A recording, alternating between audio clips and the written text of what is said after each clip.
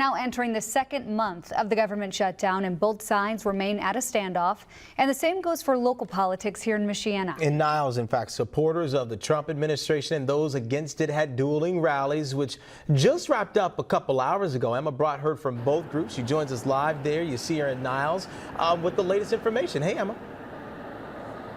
Well, there's a lot of tension from both sides as the ongoing government shutdown continues. And today we spoke with two different groups of protesters that were out here in Niles, Michigan this early afternoon. And so the first group that came out here this afternoon made their way out. Were in support of Republican Congressman Tim Walberg for a protest called Take Back Our Country rally. The message today from the group was a celebration and a thank you to Berrien County Sheriff Chuck Hite for the 15 sex trafficking arrests made just last week in Berrien County. The organizer of that rally was advocating for closed borders that she says would reduce those sex trafficking numbers, and she was supporting efforts made to increase police ICE presence. Of course, these protesters shared their thoughts about the government shutdown as well. It's definitely a Schumer shutdown. The Republicans have consistently voted to keep it open, and the Democrats have consistently voted to keep it shut down, and they want to keep that under wraps. They want to say it's all Trump's fault, but it's really their fault. It's they who originated the shutdown, and they expect that Trump will cave on certain things, and he won't, because they're ridiculous. They're ridiculous demands.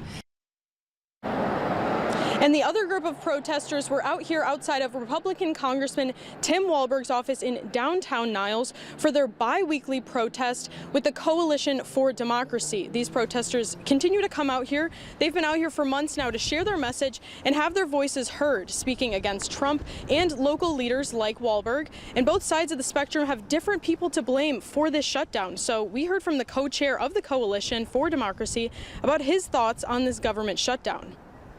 This shutdown has gone on too long. This is the record, and the previous record was held by this president. It's the Republican shutdown. They own the House, they own the U.S. Senate.